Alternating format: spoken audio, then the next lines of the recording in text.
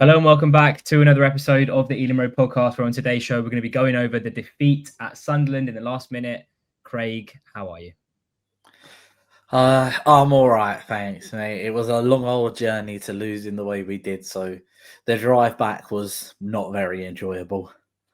Dan, how are we? I'm all right. I didn't drive back to the next day, which made it a bit nicer for me. But yeah, it's just unfortunate there's an international break now. We've got 2 weeks to put it right, and obviously looking ahead to our home games coming up, we've got a difficult run. So hopefully, with the transfer window closed now, we can be a bit more settled. How was your night out in Newcastle, Dan? Yeah, good. Yeah, Newcastle. Yeah, not staying in Sunderland. Wouldn't know where to go in Sunderland, but yeah, it was a good night. Yeah, I wouldn't have liked to get on the coach or drive home after that game in Sunderland. For sure. Just before we get going, remember to drop a comment down below, subscribe to the YouTube and Spotify channels, follow us on the socials at the Ealing Road on Twitter, at Ealing Road Pod on Instagram. The way we're going to do this episode, obviously with it being deadline day yesterday, we were going to record last night, anticipating that we might have had a few more bits of business come through. Nothing happened. It was Reiss Nelson on the final day. So we're going to wrap the deadline day business. We're going to talk about the Sunderland game, and then we're going to talk a little bit more about the kind of bigger picture stuff after we're 3 games into the first international break. But as I said, we'll start with deadline day. Craig, I'll come to you first. £55 million for Yoane Wissa, Craig. That's a nice bit of money. That is a good bit of money, and it's amusing, isn't it? After all of the talk of us reducing our price to get him gone, and we received that bid for 40 million for Wissa, and I'm like, man, take it, man, bite their hands off, take it. And then 55 million comes around on deadline day. Kind of seems like a bit of a panic buy from them, doesn't it?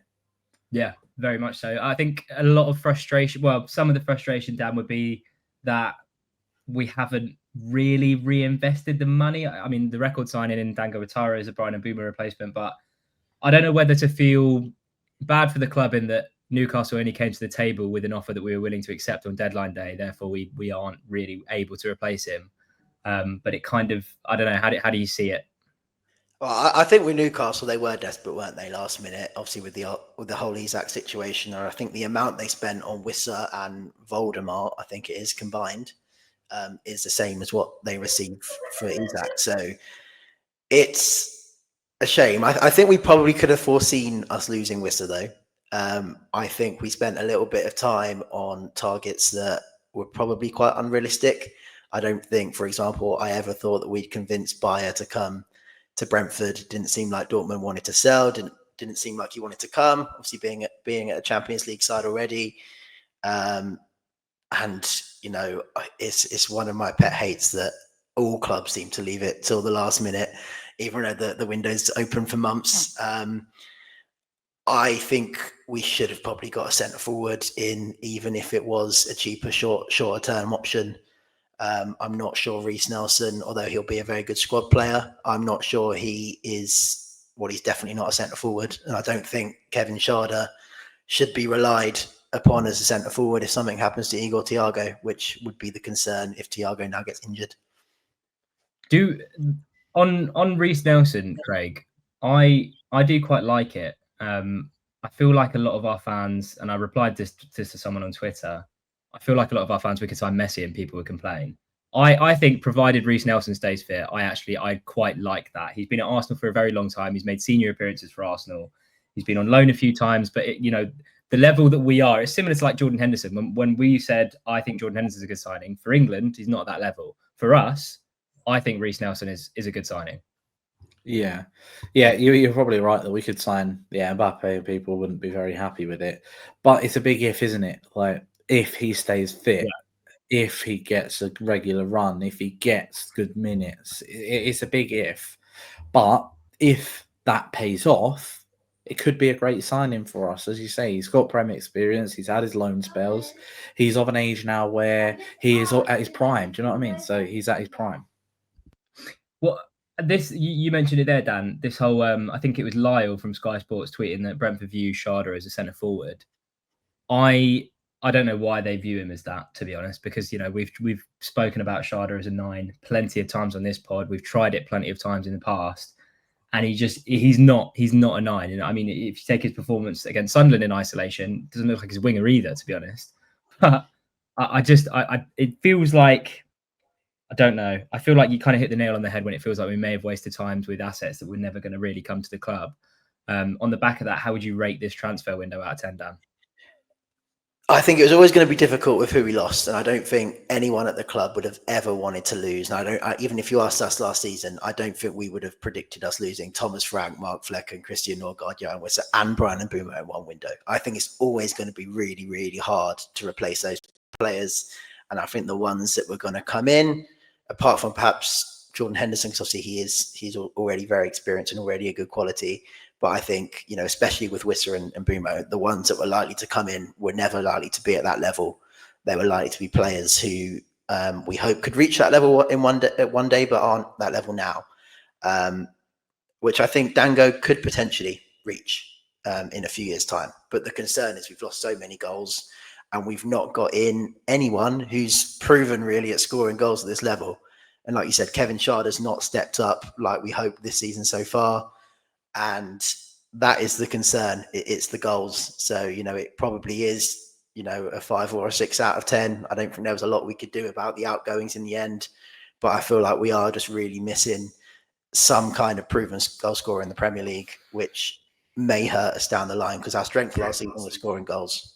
I think I saw someone post on Twitter the number of Premier League goals that are in the team, and Jordan Henderson is the top scorer in our team with like 33 goals, and it's 10-15 ahead of the next person as well, which is concerning. How would you rate the transfer window, Craig? Out of 10, I'd probably say we're at like a 4 or a 5. It hasn't been fantastic for us, if I'm being completely honest. The losses have been a lot bigger than, the outgoings have been a lot bigger than the incomings, especially considering, as Dan said, the number of goals that we've lost, and we haven't replaced that whatsoever. Kelleher is not filling a lot of people with confidence, as seen on socials over the last couple of days since Saturday. I feel like Dango is going to be one of those ones that's going to be a fan favourite. He's been really good in the couple of games that he has played for us, and hopefully, long may that continue. Hendo is one of those ones as well that he can't play a full 90 minutes. So we really needed to bring another 6 in, unless we're considering Frank Onyeka or Janel to come back in as well as that long-term replacement. So, yeah, the outgoings are a lot bigger than what the incomings were, and it's difficult to say. I think that this next 4 months is going to be massive until we get to January. And then in January, if we're in a pickle, we're going to need to reinvest again. I mean, the only positive that I can take from deadline day and selling Wissa for that amount of money is that we've got a big war chest that we could potentially dip into in January if we're in a bit of trouble. Having said that, all the players in January are going to be inflated anyway. So it would be, it seems like, I don't think we're undercooked. I don't want to say the squad is in a bad place, but I feel like with the sales that we've had and the money that's come in, we could have been a bit better prepared for the start of the season. I think that would be fair to say. Would you both agree? What's concerning is the bench that we had on Saturday. When the bench consists of one goalkeeper, 5 defenders, and 4 midfielders. All right, yeah, you could consider Fabio a forward because sometimes he plays on the right wing as well, but he seems more of an attacking midfielder myself. But now the only incoming being Reiss Nelson, all that does is takes, I don't know, a defender out of that, and we still go into game with 4 defenders, 4 midfielders, and 1 forward on the bench. Like we're still a bit thin on the ground. I mean, where's Romel Donovan gone? Yeah, he's just fallen off the face of the earth. Is he injured? No idea. Where has he gone? So there are a lot of players as well in the free market that we could go out and get, but I don't see that happening myself. I think we are still thin on the ground, and Dan says, we're an injury away from being buggered, really. It's been the case for years, though, isn't it? I feel like for years we've had a light bench, especially going forward, and that means, Thomas Frank and now Keith Andrews can't make the changes needed. He brought on Carvalho with about 2 minutes to go against Sunderland, but I just don't feel that he had confidence that those on the bench could change the game when Sunderland equalised, could get that winner for us, or could do a better job than what was already on the pitch. And I think that's been a problem for years. I don't think that's anything new. But, Igor Thiago spent most of his first season at the club injured. There is, a lot of evidence suggests he could well get injured again in the next few weeks. And then we essentially have to go until January without a striker in the side. And that's not good at all. I think Nelson will be good, but again, the same problem. He's injury prone. I think if he's fit, he'll be very good for us. It also seems to be a straight loan. Come out of retirement and play for us as well. Then, yeah. It also seems to be a straight loan with Nelson. I haven't seen Brentford actually confirm there's any option to buy in there, which is a bit unusual. Hopefully, if he does well with us, we can go in for him and get him. But if he does a bit too well for us, is someone else going to poach him at the end of that loan? As well, that he said, didn't he, in his first interview, it may only be a loan, but I will treat the club as if it is my own. They quoted it in the copy as well. That was the quote that they picked so out. Many times they quoted that as well. And you read the article, it's only a loan, but I'm going to care for the club as if it's my own. So yeah, a bit odd because I did see reports saying it was a loan with an option to buy, but we'll see. Let's park the transfer chat for now. Let us know in the comments how you would rate Brentford's transfer window Brentford's transfer window for the summer just gone, and where/if you need to think we need to strengthen in January, or if we're being reactive, do we need a bit more time to pass before we can kind of make that judgment? Let us know in the comment section. Let's move on to Sunderland. Initial thoughts, Dan. I'll come to you first. We've spoken a little bit before we started recording. I actually think, and I said this as soon as we left the ground, I actually think we played quite well on Saturday. I know that maybe you've got some reservations about the style of play, but I just thought it was a game that could have gone either way for me, to be honest. I agree it was a game that could have gone either way. I don't think you could deny that. I think if we score the penalty and then Thiago gets his goal anyway, then that's 2-0 and I can't see Sunderland coming back. I thought we probably should have had another penalty in the first half for a similar foul on Collins as well. So in terms of the big moments, obviously the Dango offside as well, very, very close. So in terms of the big moments, they could have easily gone our way and then we could have easily ran out winners there. But with our style of play, I just never get the sense that we're in full control of that game. And I always had the sense that it could go either way. I thought this was a game where perhaps we could have tried to play out from the back a bit more like we were doing in pre-season. We still seem quite determined to go long to either Schade or Thiago. And I'm not a fan of how Thiago tries to hold up those long balls towards him. And I just feel that leads to a bit more of a scrappy game, a bit more of an end-to-end game. And that's a tactic that works well, I think. And it might work well in a couple of weeks against Chelsea. But I think the sides in and around us who, we want or who we see ourselves as competing with, and I think Sunderland is one of them, I think we could have tried to grab that midfield a little bit more and take a bit of control, get Damsgaard on the ball more. And I don't think we did that enough. If you compare our performances against the, bottom half sides last season, and, we don't know if Sunderland will be a bottom half side, but I'm assuming they will be. We had a lot more control in these games. But on the other hand of things we didn't do as well against the top team. So I just think we've gone back a couple of years in terms of our style of play. And that was my worry going into this one. But Keith Andrews had been adaptable up until now.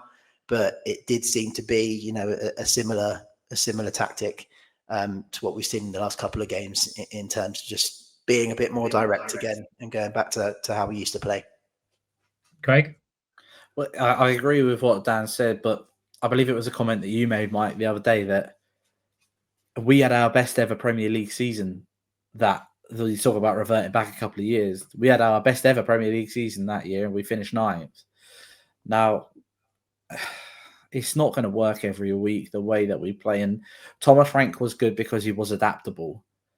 Going into games, you kind of knew what to expect. Against the top 6 or the top half of the Premier League, because you knew we were going to go to a back 5, back 3, depending on how you want to look at it. And we was going to look to catch teams on the counter attack. But when you go into places like Sunderland, and when it'll be Burnley, and when it'll be Leeds, and when it'll be Wolves and West Ham, that these teams aren't necessarily going to do what we do and try and catch teams press teams, they're going to do what we do and try and catch teams on the counter attack. But when we let the teams have possession, I mean, all right, yeah, it was a little bit more even, but Sunderland still had like 55% possession. When we let teams have the ball against teams who aren't going to want it in the way that, you know, City would, Liverpool would, Arsenal would, they don't want the ball in that way. It seems to set us up for, I don't want to say failure because, yeah, all right, in the manner in which we lost, it does feel like that, but we're not going to be able to go out and beat teams playing that way. When they want to try and play the same way that we do, we need to be on the front foot a bit more. We need to take risks, need to change that style of play, the way Dan said as well. And it just felt like we was going to lose that game. I don't know if you agree with me. When we got that penalty, had a goal disallowed in the first half, we get that penalty, and then as soon as we get that penalty, Anthony Taylor was giving them everything. It felt like there was a penalty their way coming. As soon as you could see him in and around their penalty area, he was talking to people, he was pulling people out. And I said to our mate stood next to him, I said, there's a penalty for them coming here. He's going to even this up. There's a penalty coming. And then they get it. They equalise. And it was just inevitable. It seemed like such a quintessentially Brentford result to be having a goal disallowed, to missing the penalty, to then somehow going 1-0 up and still feeling like we're going to lose this game. And then to lose it in the manner in which you do in the 96th minute I know we're probably going to talk about this, from a situation in which the goalkeeper should have done better. And if that was Mark Flecken in goal, my God, the grief he would have got after that game.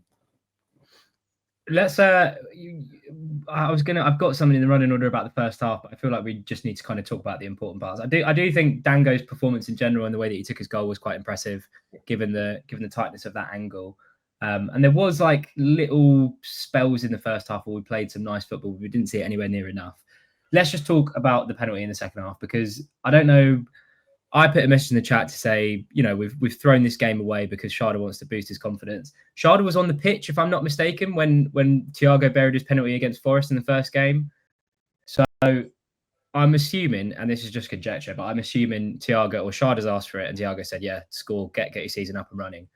But it's a terrible pen, Dan. It's such a bad penalty. I'm not a fan of teams who don't have just a designated penalty taker and don't just allow someone to take it. I mean, it's different if we're a 3 or 4-0 up, but you know, it's such a crucial stage in the game. You know, I'm not going to lie. I don't think Igor Thiago would have filled with confidence either stepping up to a penalty. I think we're blessed with having had some brilliant penalty takers over the years, and you know, I'm not sure that we have any who are going to hit those levels currently. But yeah, Kevin Schade is another one. He's a confidence player. He didn't have a good game, so you know, I didn't have any confidence when he picked up the ball. See, the away end was singing Thiago's name, and then Schade picks it up, and yeah, he's a player that doesn't fill you with much confidence when he's not having a good game. So it didn't surprise me that he missed it. You know, tried to put it down the middle, and it does always look worse when you try and put it down in the middle and it's saved. His run up to the ball, though, looked like how Brian Mbeumo would run up to the ball, except the execution, because he had his eyes on the keeper, the execution, he just ended up sticking it down the middle anyway. So, yeah, it's not a good look if you go down the middle and it's saved. But, you know, equally, if it did go in, then we probably wouldn't be talking about it so much. So I feel for him a bit. But, I mean, Kevin Schade, in general, needs to step up. He's the guy that we needed to step up this season. You know, without Wissa and Mbeumo, he scored 11 goals last season. You're probably looking at, you know, at least 15 or 16 for him this season. I thought he'd be our top scorer. It looks like that might end up being Thiago now. But it's just, yeah, he's just not shown any signs of kicking on so far. And it's early days. I'm sure he will have some good games, but that inconsistency is still there with him. Craig, anything on Schade and the pen? I don't understand how a player can wait for the goalkeeper to move and then kick it at the goalkeeper. Obviously, it's incredibly counterintuitive, that is, isn't it? You wait for something and then you proceed to just do the negative thing for it anyway. I can't be the only one that had zero confidence in Kevin Schade scoring that penalty. When he stepped up, we were all as soon as he grabbed that ball, as soon as he was given the ball by Hendo, I was like, "Oh shit, man, we've not scored this." But people were saying around me, "Oh, I'm glad Thiago's not taking it. His penalty was rubbish against Forest." Can someone explain to me how a penalty can be rubbish if he scores it? I think Thiago is another one who doesn't fill me with confidence. I think that's again probably just his general performance. Yeah, but I'd still give it to him regardless. Yeah, I would have given it to him. He scored against Bournemouth. He would have been on for 3 and 4. He scored in the game against Sunderland. Just have him as the penalty taker and let him score. Let him. Yeah, I would have still given it to him. From the chances that Thiago has had over these 4 games, any clear-cut chances that he's had, he's actually scored. Like he hasn't really found himself creating himself chances. He was in the right place at the right time against Bournemouth. He obviously won a free header, as Dan says, against Villa. He was then scored a penalty against Forest in the first game, and then Sunderland. He kind of was a bit unmarked. There was a late challenge from the defender, but he's in the right place at the right time for the header against Sunderland. When he finds himself with clear-cut chances, I would actually kind of back Thiago to actually score, because that's what we've seen over the first 4 games of this season. But Kevin Schade, I have zero confidence in. And it shows that he has zero confidence in himself from a wanky penalty and just a sort of 4 crap performances so far this season. Now, Dan, you're right. He will come good in certain games this season, and it wouldn't surprise me if he scores a bloody hat-trick against someone like Burnley or Leeds or something like that this season, the way he did against Leicester last year. And he'll creep his way towards 10 goals throughout the season. Now, speaking of Kevin Schade, like when you think about last season and he scored 11 goals, like by the hat trick against Leicester, I have no memorable moments from Kevin Schade and the goals that he did score. Like he's just one of those players that will either quietly go about his business and we'll talk about him like, oh, he scored on the weekend, or he's noticeably crap. Yeah. And that's kind of, those are the 4 performances that we've had this season that he has been noticeably poor. And it's easy to stand out when you're playing well, but it's also very easy to stand out when you're playing poorly. And when you've got Thiago, who given a clear-cut chance will score, and you've got Utara, who creates chances, and especially the goal that he had disallowed, it was an hour offside, his knee was offside. He's creating chances, and he's putting them in the back of the net. Villa is a good example of that one as well. When you've then got Schade, who again doesn't seem to be utilizing his pace when he's got the ball at his feet. He doesn't seem to want to run at defenders, and then he has lacking the ability to be in the right place at the right time at the moment as well, which is what Thiago has going for him. So it's just a bit difficult for him at the moment. I think the problem is that the way we're playing and when we go longer, because Thiago, he doesn't seem to really get off the ground when he's in duels with defenders a lot of the time. Kevin Schade is still the best at winning those flick-ons if we are going long. And to that extent, you probably do need him on the pitch. And that's probably why I think Keith Andrews kept him on for so long, because it was clear that his confidence was so down. I would have been very surprised if he did anything very good after he missed that penalty, given, his confidence levels have been on the floor. But I still think he was needed in a way for those long balls getting pumped up the field. I think, he was causing him a little bit of problems. He's on the wing, so he's normally up against a fullback, which probably makes it easier to win your duels on that side anyway. And if he can get a flick on, it could create something. So it's difficult because there's no other options. Fabio Carvalho is not going to come on and be any good getting onto long balls, is he? So it's a lack of options. But yeah, Kevin Schade needs to start stepping up this season because I think we had quite big hopes for him that he could. On his day, he's really, really good. He's just been very inconsistent. The day doesn't come often enough. Yeah. That's the problem with Kevin Schade, and that was a problem last season. But I do think even going into it, we were saying, you know, he was kind of working in the shadow of Brian Mbeumo and Yoane Wissa last season, but still did well, at least on the goal tally front. But yeah, the performances this season, I think he was good when he came on against Forest, to be fair. I'll give him credit there because I do think he kind of changed that second half a little bit, gave Thiago a few more options when he was quite isolated in the first half. But so far, signs aren't great for Kevin Schade, which is such a shame because, you know, I don't want to rinse and repeat everything we've said on this pod about him for the last year or so, but the raw attributes are there, but he just, for whatever reason, just looks slightly hesitant to kind of use them. I will say that on Saturday, I did think the Sunderland fullbacks were tight on him every single time we were playing in the ball. So it's kind of his first option was to go backwards as opposed to, you know, turning, getting at his man and running with the ball. But yeah, hopefully more to come from him. I think we've spoken a little bit about the pens. To be honest, I think all of them are quite soft. But yeah, Craig, you're right. As soon as he gives the one on Collins, he's going to give the one on Rico. But I don't have any sympathy for Rico because it's so poor given the context of the game and given the pen that we'd had, that from then forward, Anthony Taylor was always going to be looking at that, and how fast he blew his whistle for both penalties.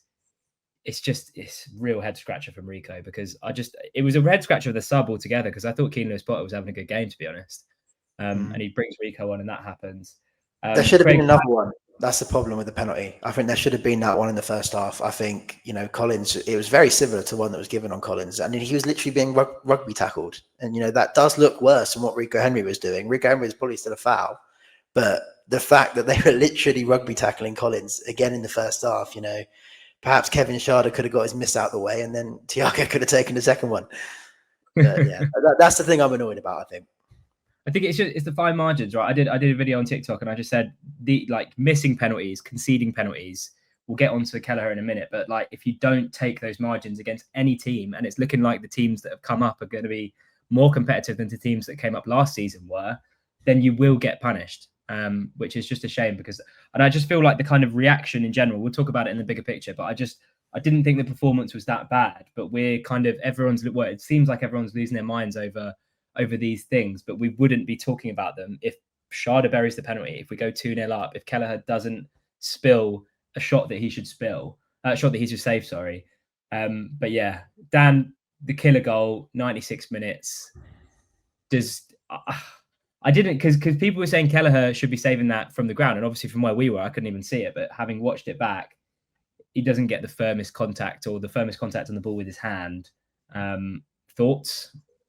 No, it doesn't look good, and like you, I couldn't tell from the away end. I wasn't blaming him immediately, but honestly, he's not been as good in general as I thought he'd be so far.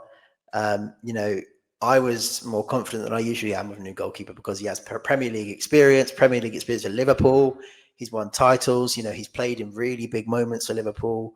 I have to say, even when Sunderland got the penalty, I was thinking back to when Kelleher used to save a lot of penalties for Liverpool, and I was thinking maybe we've got a chance here, and then he just dives completely the wrong way, which, you know, that happens. But yeah, just in general, he dropped one in the first half as well. You know, which could have gone to a Sunderland attacker. He's not filling me with as much confidence as I hoped he would. I hope that he will get better. I think it's been a pattern with Brentford goalkeepers over the years that they tend to get better the longer they're there for. But, you know, he should have a relationship with Nathan Collins and he should have a relationship with Van den Berg already. So it's quite a good position for him to come into. But yeah, of course, he needs to do better with the goal. He's just not strong enough. He's just not in the way of it, is he? He's just fumbled it a little bit, which costs us. And when we are weaker as a team, the promoted teams are stronger. So these games matter, and, you know, every point matters because, you know, it could be a bit of a struggle this year. You know, if you look back a couple of years ago, the last time we struggled a little bit, you know, we were really saved by there being 3 terrible teams in the Premier League who are miles off it. And I don't think we'll be terrible this year, but I think we could potentially be in a bit of trouble if there aren't many terrible teams or aren't any terrible teams. And everyone is picking up points. I think that's what the worry is at this early stage, is that it does look very, very competitive this year. Craig, just on Kelleher, can you talk us through, as a goalkeeper yourself, what's with the punching? Why isn't he catching balls? Because I've noticed that, and I think a few people on Twitter asked us to speak about it. So obviously, people were criticising Mark Flecken for not catching as much as what he did last season as well. And when you're Dan said it, obviously, he should have sort of a relationship with his defenders, especially with Nathan Collins, considering they've got the international experience together as well. But when you're not confident and you are part of a new team, the easiest option is to just get the ball as far away from the goal as quickly as you can. And a lot of goalkeepers will play that way, where their first thought is just keep the ball away from the goal. Get it away from the goal as quickly as you can and as far as you can. And the easiest way to do that is to just punch it. Because you know if you get a good connection, it's going to land 10 to 15 yards outside of the penalty area anyway, which gives defenders enough time to recoup, get back into position, and even the midfield to drop in as well. And when you spill a ball in the way in which Kelleher did in the first half, where it just sort of hit him in the chest, and he then got it at the second attempt, I believe. But when you drop it, it's easy for a goalkeeper to retain that. So when you make a mistake as an outfield player, 9 times out of 10, there is a player behind you. When you make a mistake as a goalkeeper, 9 times out of 10 is going to be a goal. So the easiest option is to just get the ball as far away from the goal as quickly as you can and as far as you can. And then that means that punching the ball for some goalkeepers will seem like a safer option than trying to actually catch it. I do believe that give a couple of games, Kelleher will be in a position where he is more comfortable with the team and he will start just coming out and retrieving the ball and catching the ball and slowing the game down, which will benefit us, and especially the way we've been playing these first few games. It will benefit us and it will happen. He just needs to be given a little bit of time, pick up a little bit of confidence, but conceding goals like that second one won't be helping him at the moment. Should we talk about some players? Jordan Henderson was hooked around 60 minutes, I believe. Dan, is this going to be a problem going forward, or do we think he's just building up his fitness to kind of get close to a full 90? Maybe. I don't know. I think we used to do this with Norgard sometimes when he was coming back from injury or when he wasn't quite match fit. What I will say is he doesn't look noticeably like he's flagging at that stage in the game. He doesn't look like he's begging to come off. I think it's really important to have him in there, just his experience and his quality on the ball, and he can calm that midfield down. And he would be the sort of player that would help us control a game like this if we got the ball into him a bit more. So it's always a worry, I guess, given his age. That could be the case. If anyone is probably going to get tired, it probably will be him. But I would have hoped we would have done a bit more research. I think we did do research into him before we signed, and we were of the opinion that his fitness levels are good. And there surely will be games where we need him on the pitch for longer than an hour. Although again, Frank Onyeka did all right when he came on. Got good assist. Yeah, good assist as well. Normally we're used to the assist that we saw the other day, but yeah, a nice little cross. And he played regularly in the Bundesliga last year, and I think you can tell he's come back with a bit of confidence, and he does look a better player than what he was before. But yeah, with Henderson, I'm hoping it's just a precaution. He's with the England squad next week. I doubt he'll start any of the games. He might make a cameo in those.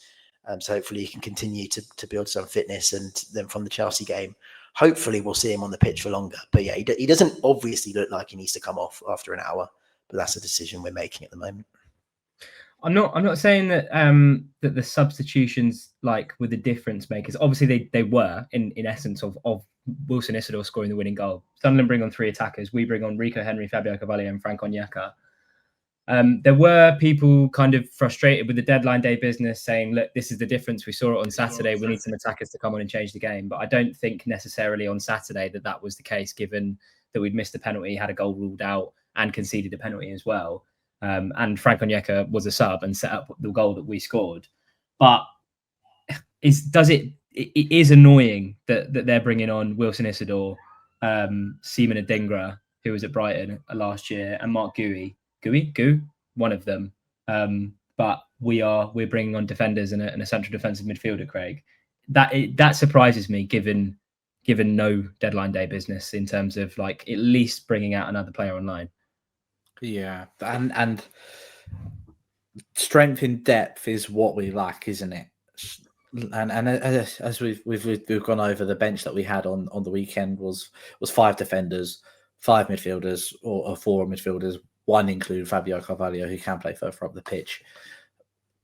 We could have shot ourselves in the foot. When you really think about it, we could have massively shot ourselves in the foot because we're an injury away from having 0 depth in the squad. We needed to bring another in my opinion. But that's kind of where we're at now, isn't it? I mean, you'd hope that we've got a big pool of money to be able to dip into come January if we need to, especially with us having made reportedly upwards of 125 million for Brian and for Wissa. And we've got 2 new investors in the football club as well. Like, invest. Like, you've got 2 new investors, man. Invest in the squad. Otherwise, it's pointless, no? Let's talk about anything else from Sunderland we want to talk about before we talk about just like big picture stuff. No, just on their signings as well. Even on deadline day, I think they brought another striker in. I know that Gui who came on has gone back to Chelsea, but I think we probably would have taken Kevin Schade off earlier. May have even swapped Dango out for another fresh winger if we had the options that we felt that could change the game on the bench. So, although that if we had taken our chances earlier in the game, you're always going to get games in a season where you don't take your chances or it's in the balance with 10, 15 minutes to go. And we just don't have any options on the bench to change it. And like I said, if Thiago gets injured, then Schade will play there, but he's not going to be great. And there's no other option then behind Kevin Schade. Do we think Keith Andrews would have been telling Phil Giles and Matthew Benham that we don't have enough going forward? Because they did try for Max Bayer. That was the only other centre forward. Oh, Callum Wendo, we were supposedly in for as well. But do you think Keith Andrews was saying we're short up front, we need attackers up front? I hope so. I bloody hope so. I mean, he's the one that's dealing with the squad. You'd think that if he knows that he lacks players, that he's going out there and trying to get them in, or telling them that we need to be doing this. And if we're being rumoured with Max Bayer and Mikko Tadze and Callum Wendo, we're obviously aware that we need a forward player.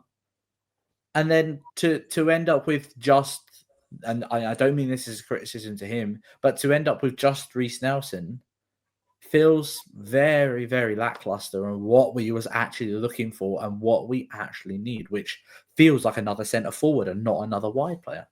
I think there are managers out there who do put more pressure on the board to make signings. That there are managers who are quite vocal in, saying to the media that we need people in this position. We need more numbers in the squad.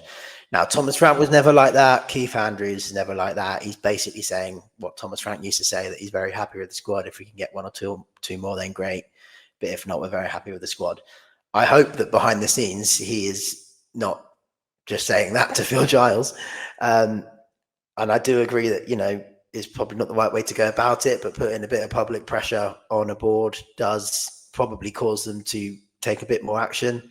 I mean, you look at Palace and keeping Gurhey in the end, I think the manager was very vocal on the fact that he needed to stay. And then Palace ended up pulling out of that last minute.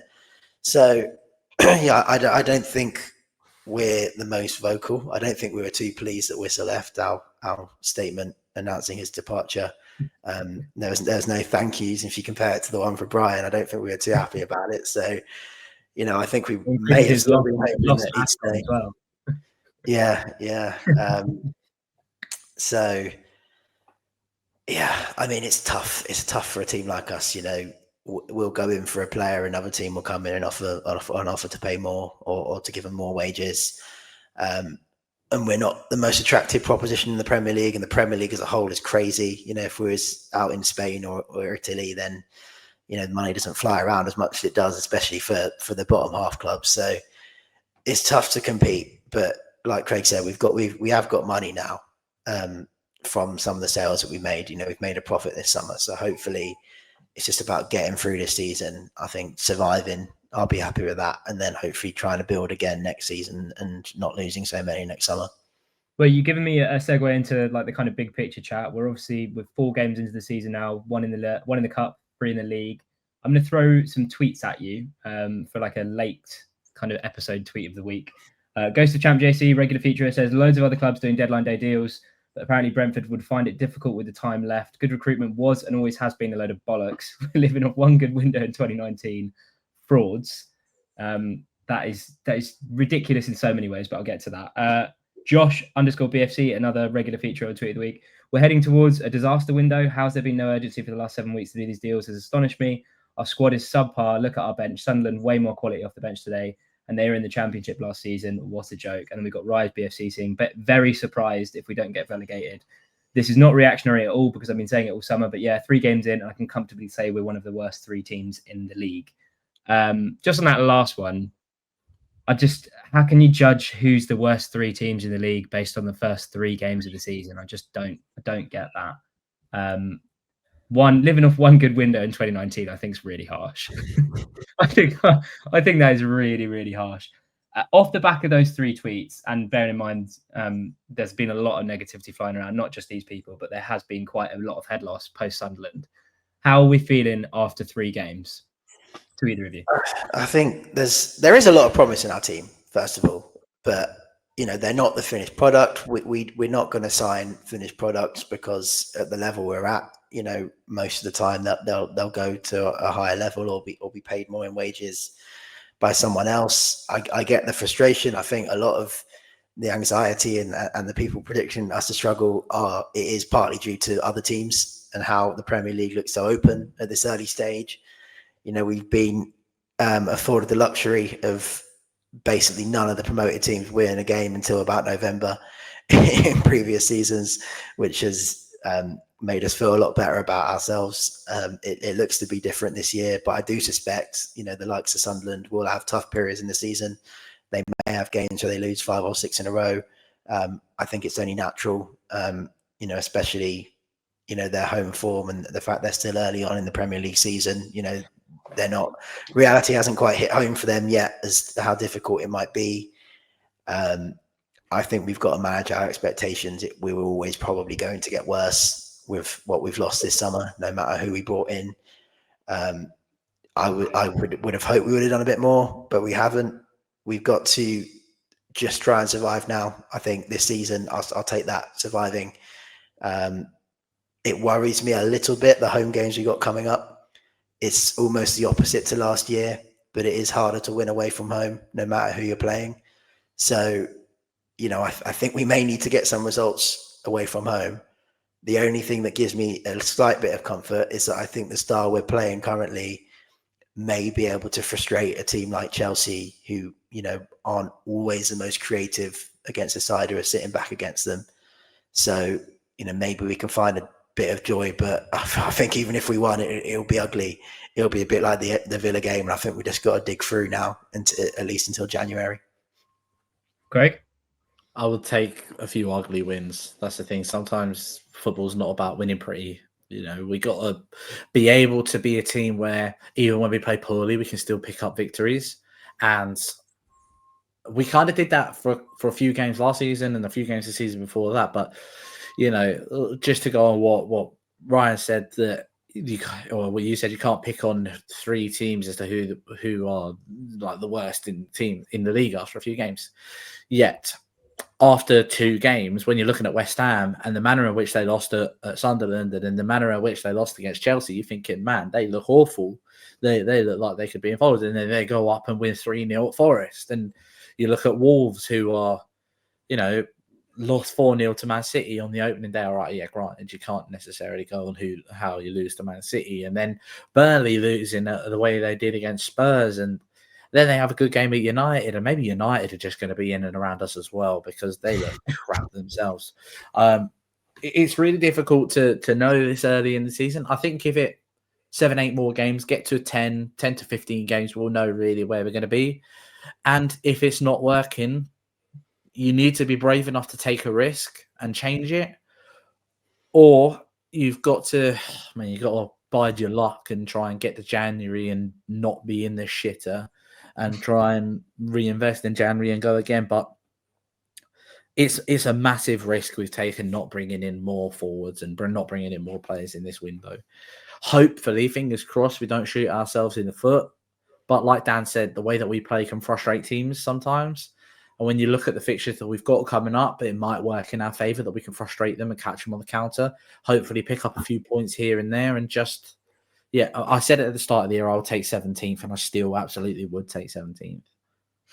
Dan, one thing that I have noticed, and I don't know if you boys have as well, but Keith Andrews has been quoted saying pre-season was very difficult. Now, I don't know whether this was in relation to the whole Wissa saga / scenario, but I don't know. Have you heard that? Because I've kind of picked it out, little sound bites, and saying pre-season's been really difficult for everyone. I was like, well, we weren't saying this a couple of weeks ago, so I don't know if I'm reading into it too much, or if he was just specifically talking about the Wissa situation. But he has said, yeah, I heard it, and I mean, I alluded at the start of the season that it seemed like we had very few friendlies, and that Forest game in particular, we didn't seem ready at all for it. So I think there is something in that. I think there has to be disruption. You know, you lose so much. You know, we were meant to be going somewhere else, I understand, in pre-season if Thomas Frank was in charge. We didn't do that. We had to change last minute. You know, fewer friendlies than normal, players not quite up to the fitness levels that they might normally be at the start of a season. And of course, the whole Wissa situation is going to be disruptive. You know, even in the dressing room, you know, some players might be more sympathetic towards him. Some players might be a little bit more angry that, you know, he's separated himself from the group. He's not involved. He's not helping them. So it's all going to have an impact. There's so much change. And I think, you know, Keith Andrews is saying it now because that first part of the season's over. We've got an international break now. It's almost a time to reset. And I think he is quite honest, actually, in all of his interviews, Keith Andrews. I think he speaks quite well.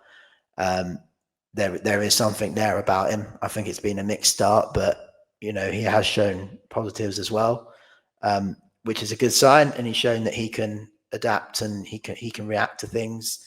And I don't think it would have been easy for any manager this summer, to be honest, even if we had Thomas Frank in charge and we lost the players that we've lost. You know, I don't think he'd find it easy. And we're normally a team that start seasons quite well. And I think it has to have had some impact. But hopefully now, you know, some players are going international, some players will stay around. But hopefully we can just get our heads down now. We know what's going on now. We know, now until January, there's a job to do. Hopefully we can keep up. absolutely. Was this season, just a question, I'm sure it is, was this season the first season we lost our opening day game? Yeah, it's one of my quiz questions. Yeah. Yeah, this season was the first season we lost our opening game. I'm gonna give the fixtures we've got coming up. So after the international break, we have Chelsea at home, then we go to Fulham, then we host Man United, then we host Man City, then we travel to West Ham, then we host Liverpool, then we travel to Crystal Palace, and then we host Newcastle. So those next 8 games are tough. What I will say, right, is that it's a 38-game season. It's a 38-game season, and I hate going on, and I don't know why I do it, because it just winds me up to no end. And I got caught after the Sunderland game replying to people that I shouldn't have replied to. But I just hate the fact that it feels like one loss feels like the end of the world with a lot of Brentford fans. And I just feel like it's going to be difficult. Everyone knew that there was going to be a dip this season. But I just don't think that game warranted some of the shouts that I've seen on social media, because I just don't, if we win that game, we're not criticising the performance. I don't really think we might criticise the style of play. If we come away from the game with a 1-0 win or a 2-0 win, we're saying that was a really good performance in a hostile atmosphere against a team that had their tails up. I just think sometimes the reaction online can just be so melodramatic and so kind of, it's almost like, I genuinely feel like sometimes Brentford fans want us to go down just so they can get that vindication that they've been saying all season long. Yeah. It's also, I think, because they're a newly promoted team. If we'd have gone to Brighton, Bournemouth, Palace, and lost that game in the way we did, the reaction would have been different. Because they're Sunderland, because they're a newly promoted team, it is completely reactionary to having lost, knowing that the 3 teams that came up last year went straight back down. I don't think that's going to happen again this year. I don't think all 3 are going to go down. There will be others. Could be us that gets in that mix. Could be Wolves. Could be West Ham. Could be Palace. They've lost a few big players in this window as well. You know, if it was any other team other than the 3 that got promoted, I think the reaction would have been completely different. But because it's a newly promoted team, it's all doom and gloom, and especially knowing that they lost to Burnley in the previous game. Dan, round us out.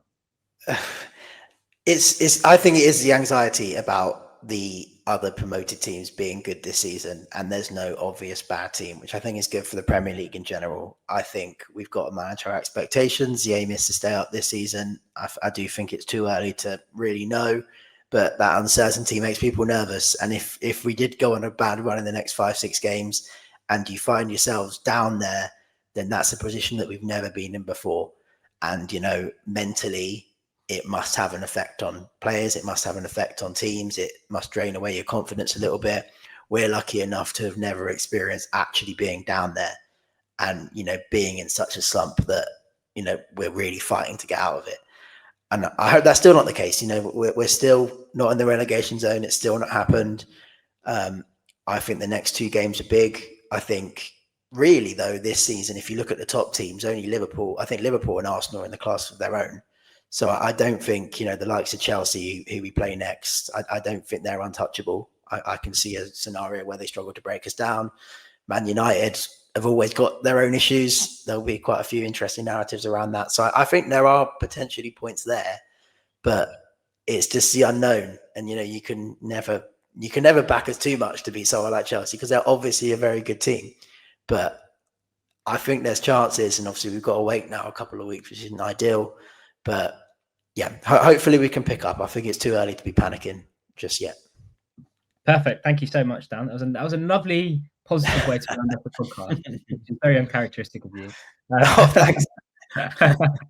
He was seeing that Thiago scored. Didn't even criticise him today. We'll be back after the international break with a Chelsea preview, so keep your eyes peeled for that. Remember to drop your comments down below with your thoughts around the Sunderland game. How are you feeling after 3 games of this season? Let us know in the comment section down below. And as always, we'll try to reply to as many of them as we can. Subscribe to the YouTube and Spotify channels. Follow us on the socials at the Ealing Road on Twitter, at Ealing Road Pod on Instagram. Gents, it's been a pleasure. Enjoy the international break. Up the bees.